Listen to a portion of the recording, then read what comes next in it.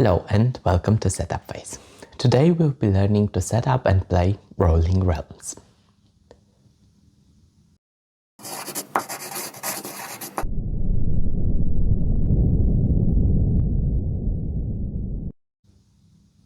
Rolling Realms is a roll and write game in which the players compete over a series of 3 rounds in order to score the most amount of stars.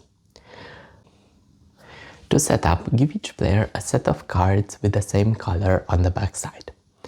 The cards include the realms, which are the minigames played each round, a score tracker, as well as a card to manage the resources that you will accumulate during the game. Each player takes one dry eraser marker and a dry eraser pad. Don't forget to take the 2d6 out of the box as well. In each of the 3 rounds, 3 minigames will be played. To determine which of them are active, one player shuffles their cards and draws 3 at random.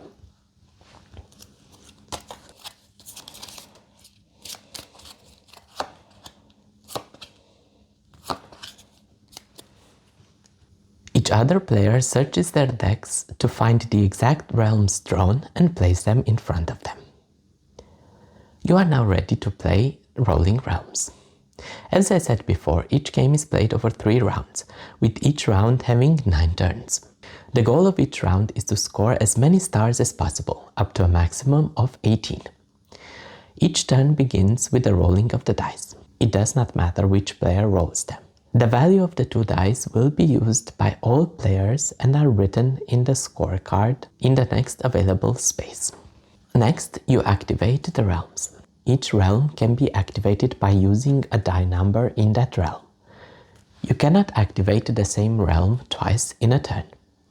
Each realm will have specific rules on what numbers and where it can be placed, as well as how to score stars and to accumulate resources. The rules are written at the top of the realm card. The middle part is the playing space, and at the bottom you can track the stars earned. All this means that in a turn you will usually activate 2 of the 3 realms available. Once all players have finished activating the realms, roll the dice again and begin a new turn.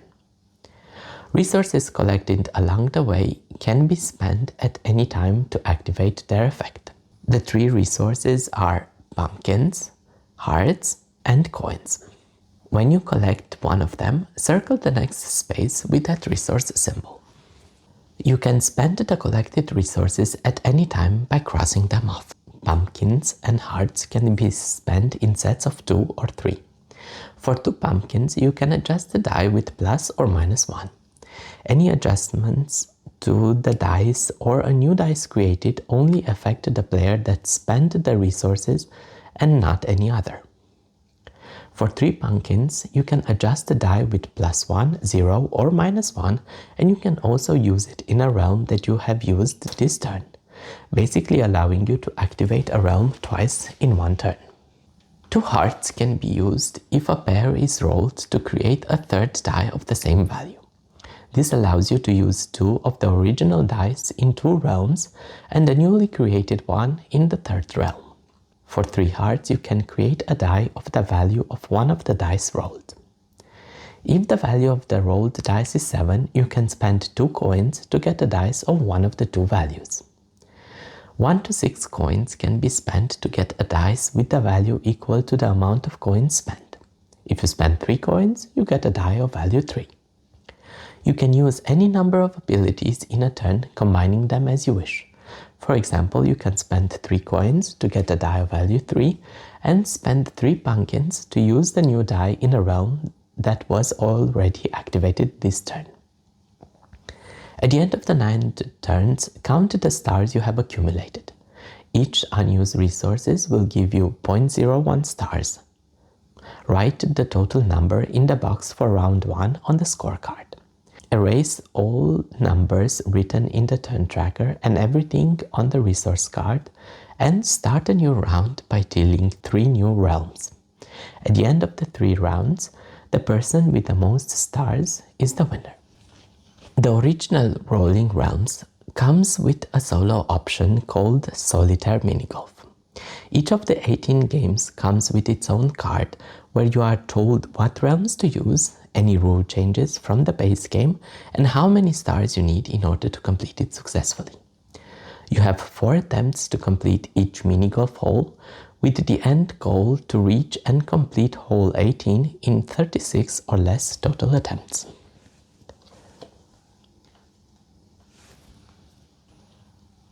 Rolling Realms Redux comes with RRR Ball Tournament for solo play.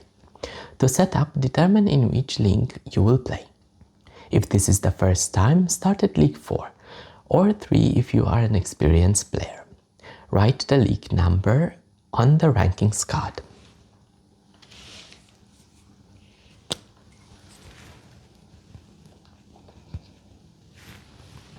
Place a resource card in front of you and the first week card.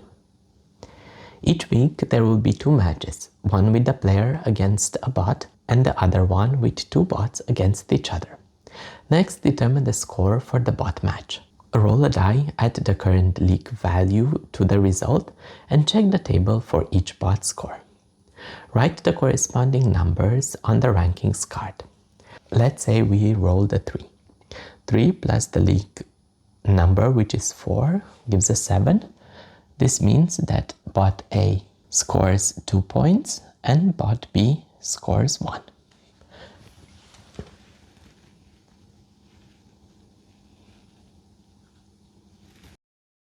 Next is your match against the remaining bot. Randomly select 3 realms that you will compete in and place them on top of the 3 bot star cards. Determine the number of stars for each bot by checking the back of the solo rulebook, which has a table with all the realms and corresponding bot scores.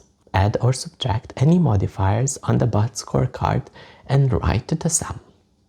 First week you will play against bot C, and on the center and right realms you will subtract 1 star from the total score of the bot. If we have Dog Park on the left, Dog Park is 4.5 stars, so we color in 4.5 stars.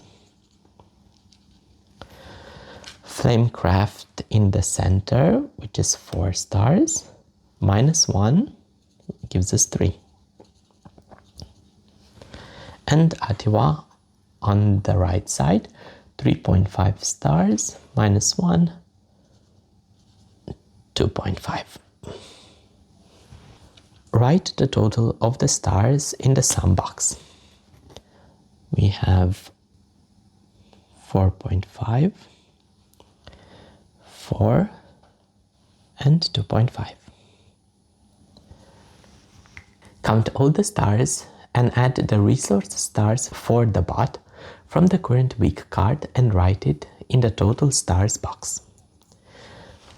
In week 5, we have 0.1 for the bot in resource stars, and if we count all the stars, we have 11 stars. And 0.1 from the resources. Now it's your turn to play the match. Use the current league card instead of the scorecard from the multiplayer game. Here you will have more or less dice based on the current league that you are competing in.